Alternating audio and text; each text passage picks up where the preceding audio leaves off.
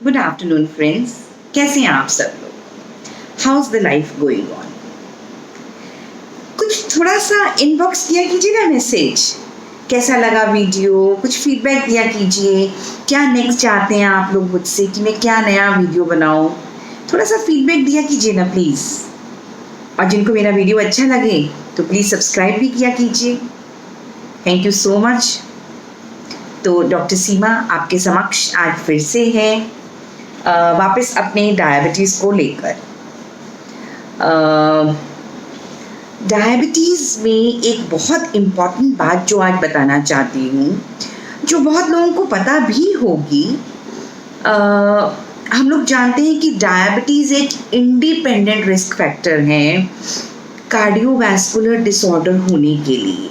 यानी कि जिन लोगों को डायबिटीज़ है उनके चांसेस या उनका रिस्क कार्डियोवैस्कुलर डिजीज़ होने का काफ़ी ज़्यादा हो जाता है मुकाबले में उस लोगों के जिनको डायबिटीज़ नहीं है। ठीक है, ये बात शायद हम सब लोग जानते हैं that diabetes and heart disease go hand in hand, right? Now another important thing which I wanted to tell you was कि ऐसा क्यों होता है, डायबिटीज़ से ऐसा क्यों होता है कि हार्ट डिजीज़ के चांसेस ज़्यादा हो जाते हैं? तो वो भी तो कोई रीज़न होना चाहिए ना। तो उसके पीछे का एक बहुत इम्पॉर्टेंट रीज़न है जिसके बारे में ये आज का छोटा सा वीडियो मैं बना रही हूँ। देखिए, डायबिटिक डिसलिपिडीमिया होती है एक चीज़, अथीरोजेनिक डिसलिपिडीमिया होती है एक चीज़। वो उसका क्या मतलब है? ये जार्गन तो I have just throne of कि डायबिटिक डिसलिपिडीमिया होती है, अथीरोजेनिक डिसलिपिडीमिया होती है, but what does that mean?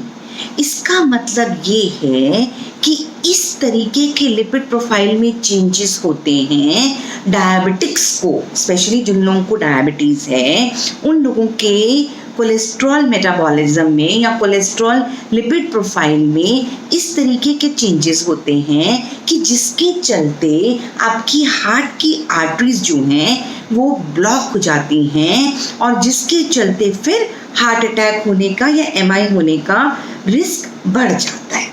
तो यहाँ पे बात समझ आई?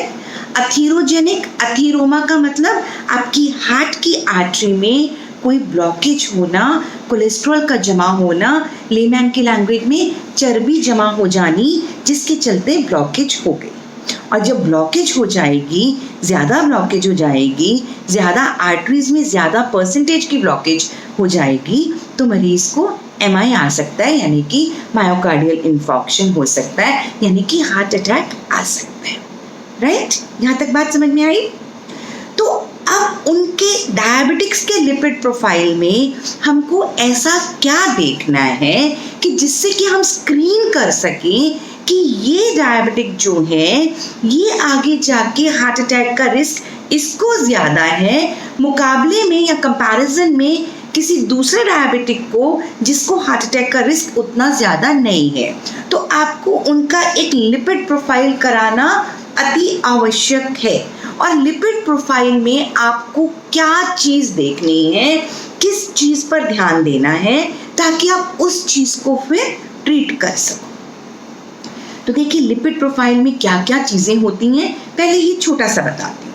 टोटल कोलेस्ट्रॉल होता है, ट्राइग्लिसराइड लेवल्स होते हैं, एचडीएल कोलेस्ट्रॉल होता है, एलडीएल कोलेस्ट्रॉल होता है, वीएलडीएल होता है, नॉन एचडीएल होता है, एपोलिपोप्रोटीन्स भी होते हैं। आपको इतनी जानकारी नहीं लेनी, आपको 1 2 3 तीन चीज़ें जाननी ज़रूरी हैं।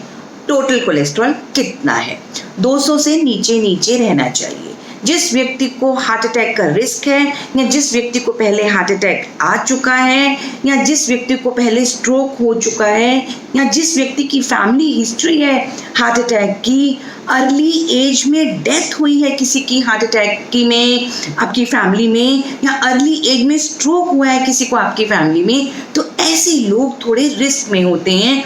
उनको अपना टोटल कोलेस्ट्रॉल लेवल 200 से नीचे नीचे रखना सबको है ज़रूरी, उनको और भी नीचे रखना बहुत ज़रूरी है। यानी कि 150 और 150 के नीचे भी अगर रहता है तो it is a very very good thing for them, especially those people who are at risk of developing cardiovascular disease। तो मैंने आपको बता दिया कौन से वो लोग हुए। दूसरी चीज़ क्या जानकारी आपको लेनी है, ट्राइग्लिसराइड लेवल्स की। ट्राइग्लिसराइड लेवल जो जब आप लैब में देखते हैं तो वो बताता है कि 150 से नीचे नीचे रहनी चाहिए, पर जिन लोगों को ये सारे रिस्क फैक्टर्स हैं उनके टीजी लेवल्स और नीचे रहें तो अच्छा है। और जो इम्पॉर्टेंट बात बताने वाली है, जो डायबिटिक्स हैं उनमें होता क्या है कि ट्राइग्लिसराइड लेवल बहुत ज़्यादा बढ़ जाता है। क्यों बहुत ज़्यादा बढ़ जाता है? मेरे पिछले वीडियोस में मैंने आपको बताया है कि टाइप 2 डायबिटीज़ क्यों होती है, जब आपकी बॉडी में इंसुलिन रेजिस्टेंस डेवलप हो जाता है, जब आपकी बॉडी इंसुलिन को पहचान नहीं पाती। It is proportional to rise in TG levels, यानी कि जितना इंसुलिन रेजिस्टेंस आपके शरीर में डेवलप होगा उतने ट्राइग्लिसराइड लेवल आपके हाई होंगे। तो इस बात को समझ लीजिए, इंसुलिन रेजिस्टेंस ज़्यादा, ट्राइग्लिसराइड लेवल ज़्यादा।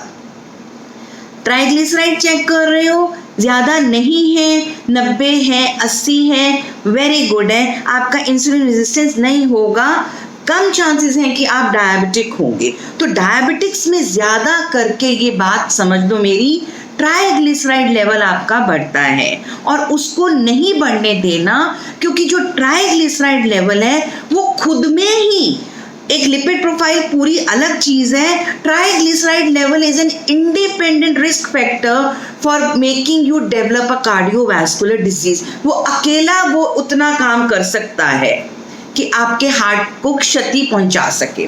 तो अपने टीजी लेवल्स को आपको कम करना बहुत ज़रूरी है, स्पेशली डायबिटिक्स को।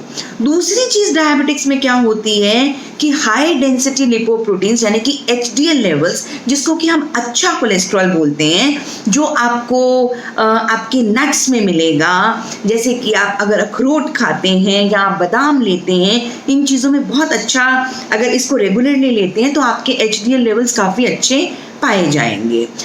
पहले कहते थे और आज भी ये बात सच है कि किसी दवा से आप अपना HDL लेवल नहीं बढ़ा सकते, बेसिकली लाइफस्टाइल चेंजेस से ही बढ़ा सकते हैं। बट कहीं ना कहीं कुछ स्टडीज़ आई हैं जो बोलती हैं कि नायसिन लेने से कहीं ना कहीं आप थोड़ा HDL लेवल्स को इम्प्रूव कर सकते हैं। तो डायबिटिक्स में क्या होता है, आपका HDL गिर जाता है, जो नहीं गिरना चाहिए, जो नहीं गिरना चाहिए वो गिर जाता है, TG लेवल्स बढ़ जाता है।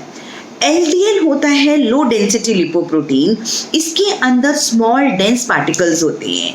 एक होता है, उसको बोलते हैं SDLDL, यानी कि small dense particles of LDL। जो डायबिटिक होते हैं उनमें ये स्मॉल डेंस पार्टिकल्स बढ़ जाते हैं LDL के, जो कि ज़्यादा खतरनाक होते हैं, जिससे कि अथीरोमा या आर्टरी को ब्लॉक होने के चांसेस बहुत ज़्यादा बढ़ जाते हैं।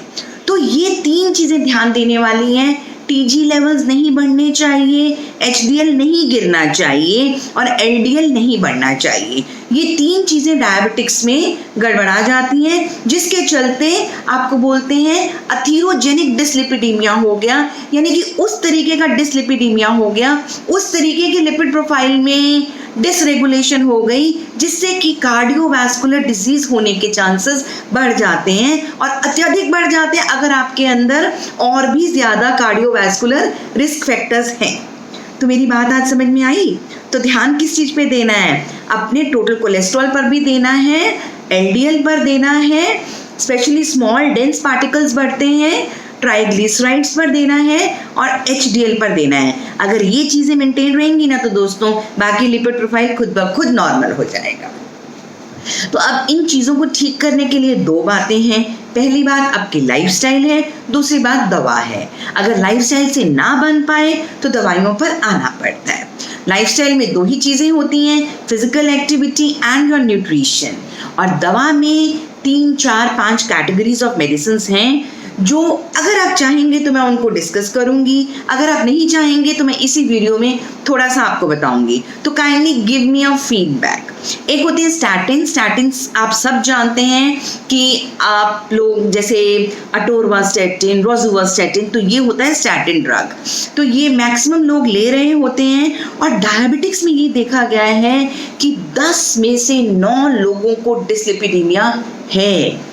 इंडिया में, हमारे देश में 10 डायबिटिक्स में से 9 डायबिटिक्स का लिपिड प्रोफाइल तहस नहस डी रेंज है, तो उनको ये दवा लेनी चाहिए। Statins are the best drugs suitable for changing, for correcting your lipid profile, for correcting your LDL levels. लेकिन अगर जैसे मैंने आपको बताया कि डायबिटिक्स में ट्राइग्लिसराइड लेवल ज़्यादा होता है, तो फिर हमको उनको अलग दूसरी दवाई देनी पड़ती है।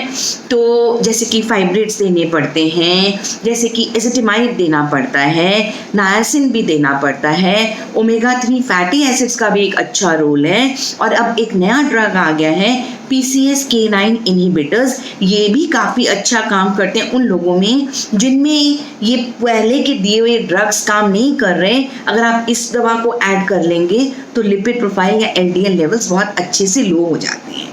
तो आज का वीडियो यहाँ पर ख़त्म करती हूँ। अगर किसी को कोई सवाल है तो इट्स अ हम्बल रिक्वेस्ट कि प्लीज़ मुझे फीडबैक दीजिए, मेरे इनबॉक्स में डालिए। अगर आपका कोई सवाल है, कोई चीज़ जानना चाहते हैं, कोई नया टॉपिक जानना चाहते हैं, तो प्लीज़ मुझे बताइए। I will surely see to it and I will make it sure कि मैं उस टॉपिक पर आपको जानकारी आगे ज़रूर दूँ।